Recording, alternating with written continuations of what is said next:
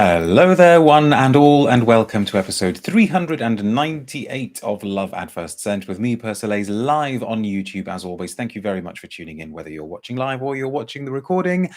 And I need to check out who the first comment is because I've lost track of who the comments are from, because you've all been happily chatting away to each other, which is great to see while I've been getting ready. Anyway, the first comment went to Peroli, who said, "Hello, everyone." But then loads of other people joined in. I was just loving seeing the exchanges while I was getting everything ready and sorting everything out.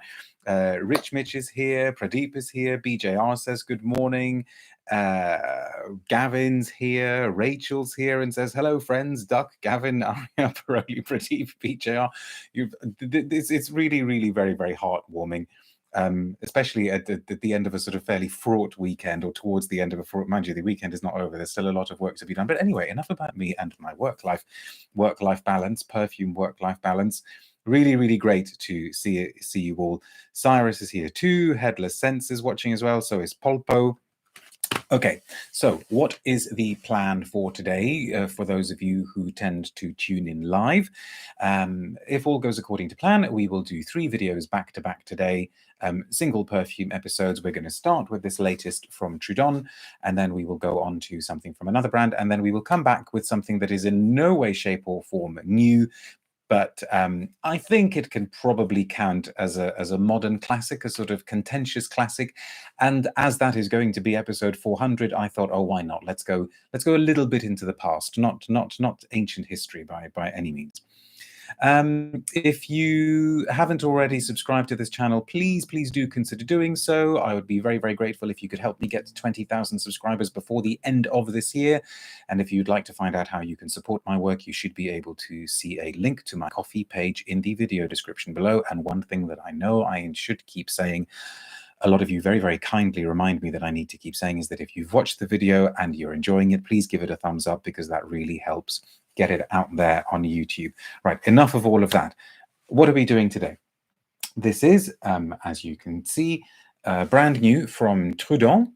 The perfume side of things tends to go just under the name Trudon, although of course as candle makers, I think they're still kind of known as Cire Trudon, although I believe they're the same company. I could be mistaken. And this is called, pardon my Latin, I'm going to say this is called Vixi, which apparently means one who lives, or the living one, or he or she who lives. My education did not familiarize me overly with Latin, but I'm going to go with Vixi for Vixi. Somebody's going to correct me if I am wrong, no doubt, and I would be very, very grateful to be corrected if I'm wrong.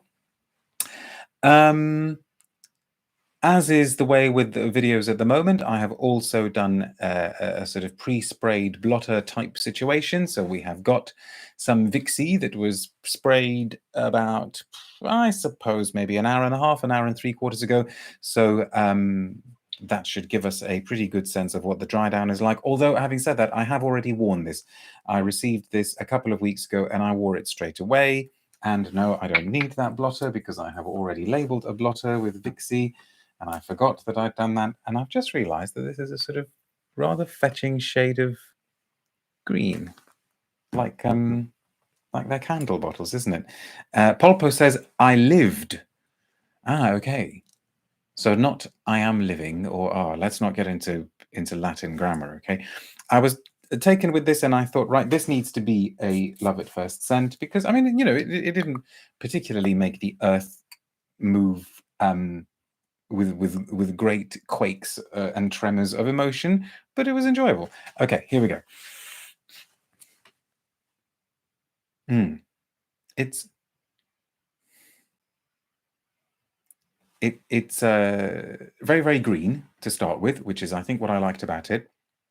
Composed by Emilie Bouge, I should say, who's done quite a bit for the brand. But I think what I was taken with straight away, and let me just start bringing up some information here on the tablet. What I was taken with straight away is that there's a very, very gentle, not quite sweet, but maybe soapy softness that comes through immediately with the greenness. The green is quite fig-like. Maybe it could be sage. I know that one of the notes is sage.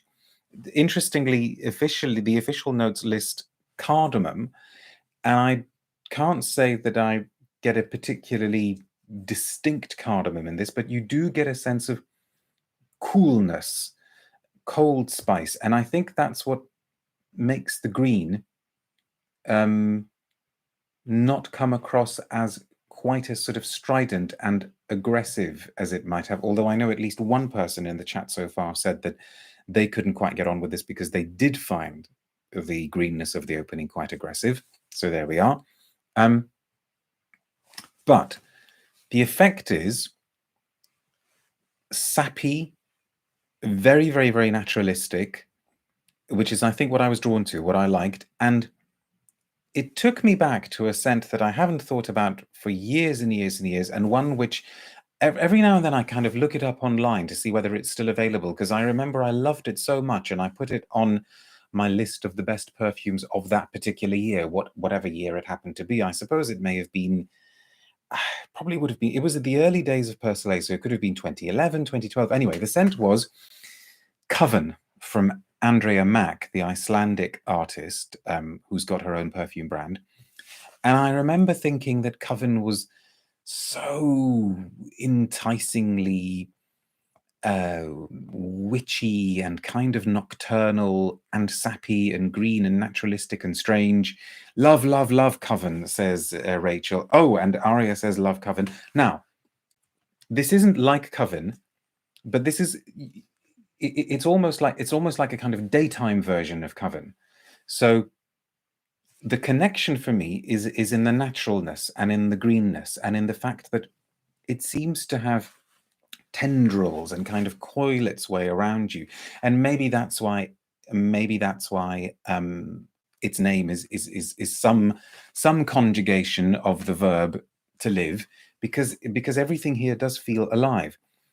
But Andrea Mack's Coven, as I say, was dark and mysterious and swampy and strange and witch-like, and this is maybe the same setting, but filled with light, absolutely lit up with gorgeous sunlight. Coven, I remember that one, says Power Connection. They still sell it at Lucky Scent. I think it does well, says Aria. No, I think it is available, but it's one of these ones where I keep thinking, oh, one day, must buy it and add it to my collection. And then other stuff happens, or you get to the end of the month and you think, oh yes, okay, no more perfume purchases this month. Wait till next month, and I will add it to my collection one day, before it gets completely discontinued. But yeah, it made me think of that.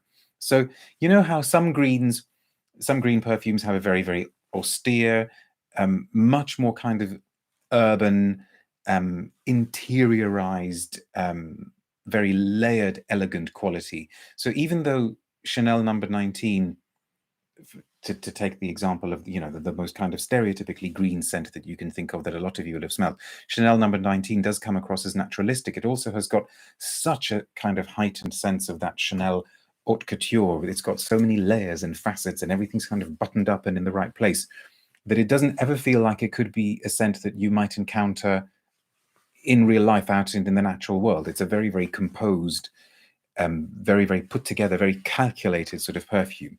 This feels quite naturalistic. And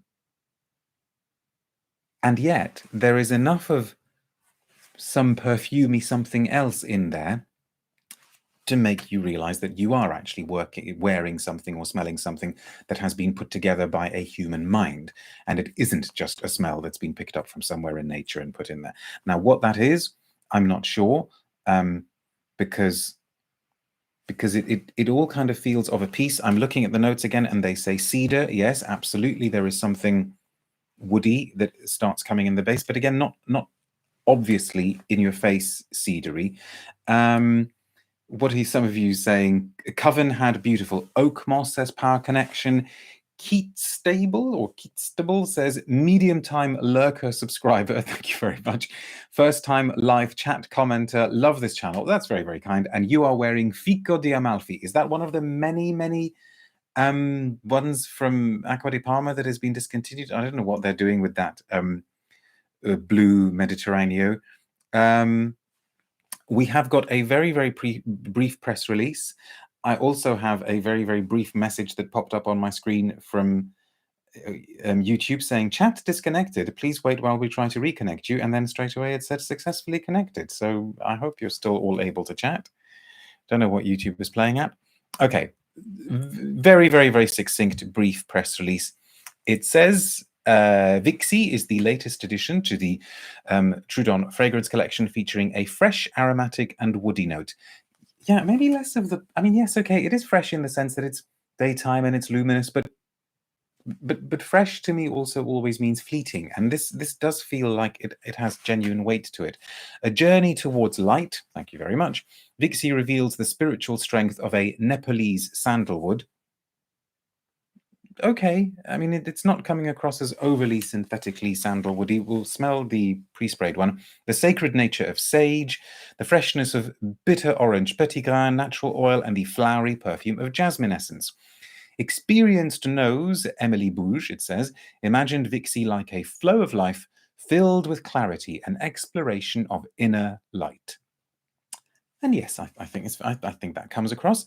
Featuring precious Nepalese sandalwood, yes, you already said that. Praised by Oriental philosophies and sage used in purification rituals, Vixi welcomes a renaissance, a regenerative scent filled with wisdom. And apparently launched in the UK on the 1st of September, so it's been out for just over a month. And prices are becoming more of an issue. Rachel says, according to Google, your pronunciation of the Latin is correct. Thank you very much, Rachel. So we'll stick with Vixi. And Millard Skies, good evening, says, good evening from Muscat. Hello. You're wearing also Acqua di Parma Colonia Intensa. Beardy says, are there fragrances fulfilled by Arquiste? I thought I'd read that somewhere before. Do you mean created by Arquiste? No, as far as I know, there isn't any connection between them and Arquiste. I don't think. No, news to me. But prices in the perfume world are becoming more and more of an issue.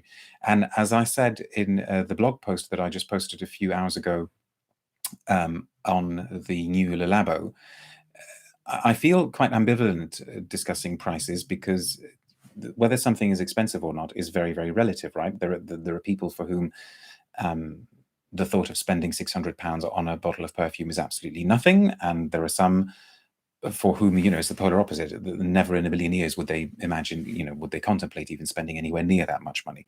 So it is relative, but there is no doubt, that it is. We can objectively say that prices are going up and up and up, and they seem to be shooting up exponentially. We could talk Tom Ford private blends. As I say, Le Labo City exclusives are crazy expensive, and this Trudon, now, if we'd gone back a couple of years ago and I'd said to you that 100 mils of this stuff costs £195, my jaw would have dropped and hit the floor. Whereas now you'll kind of think, oh, well, at least it's not 300, because I think 100 mils of Frederic Malle Portrait of a Lady is now just shy of £300. There are plenty of brands out there that charge over £200, over £300 for 100 mils. It is crazy. I think it's you would have kind of thought it's unsustainable, but have the marketeers just done their research and realized that people at the top brackets can afford this stuff and will just continue to pay? I don't know. I don't have any insights on that necessarily. Woozy says, Le Labo is now more expensive than Portrait of a Lady in Australia. Yes, it is. 50 mils of a Le Labo City exclusive is pretty much the same price as 100 mils of Portrait of a Lady. So go figure. So yes, £195 for 100 mils, bargain, except not really. The trouble is that brands are very, very wary of pricing psychology, and they do not want to come across as cheap. There is a story that I'm sure I've shared with you before, and I can't reveal the brand because the story was sort of told to me in confidence. But they just launched some perfumes, candles, some scented candles. They had just launched some scented candles, and this is going back a few years now. And the candles were not cheap, but they were affordable. You know, you could, and they were very, very well made, very good quality. And you think, okay, well, you know, I don't mind paying this for this candle. It's not peanuts, it's not pocket money, but it doesn't break the bank either. And they weren't selling terribly well, and somebody advised them to double the price, and to put them more in line with the more expensive candles, which in terms of quality they could do because they were very, very good products.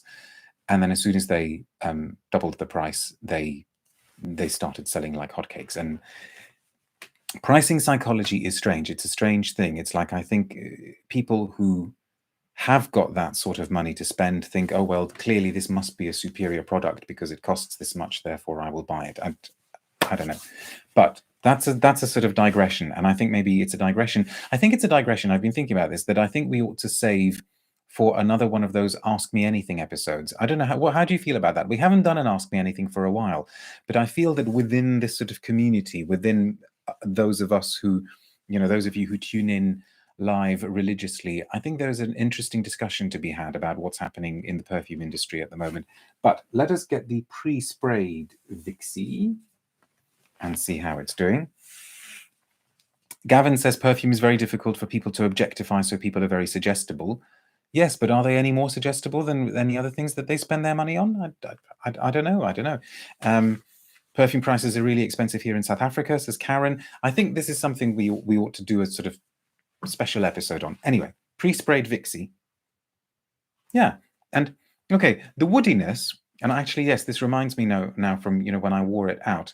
The woodiness starts becoming just a little bit too rough for my liking, and maybe that's because of the entry of some slightly more synthetic sandalwood materials. But for goodness sake, do not get me wrong, it is by no means some kind of really, really stomach churning synthetic sandalwood mess. I mean, nothing like that at all, nowhere near that. In fact, it kind of makes me think a little bit of Villaresi's Sandalo.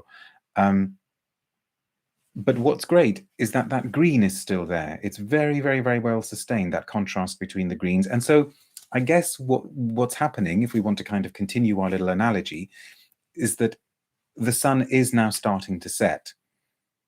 And then actually you realize that it starts veering away from Coven, because Coven was quite chypre-like and mossy, wasn't it? I think somebody mentioned that it contained moss, whereas this starts becoming woodier and drier. But it's well done, and that luminosity is present throughout. Gavin is going to give us one final Latin lesson. Gavin says, "Where's your comment gone?" What is that? I have lived to mean I have been around. I think either would have been a more interesting perfume name. Oh, okay. I see what you mean. And Natalie says, yes, please. Would love to have an Ask Me Anything again. I'll see what we can do. Have you ever reviewed Bruma, says Jill. I'm pretty sure I have. Look at the perfume review index on Persolaise.com. But I think we need to call it a day with this particular video because we've got 2 more to do. So there we are. Trudon Vixi, composed by Emilie Bouge. Very, very well done.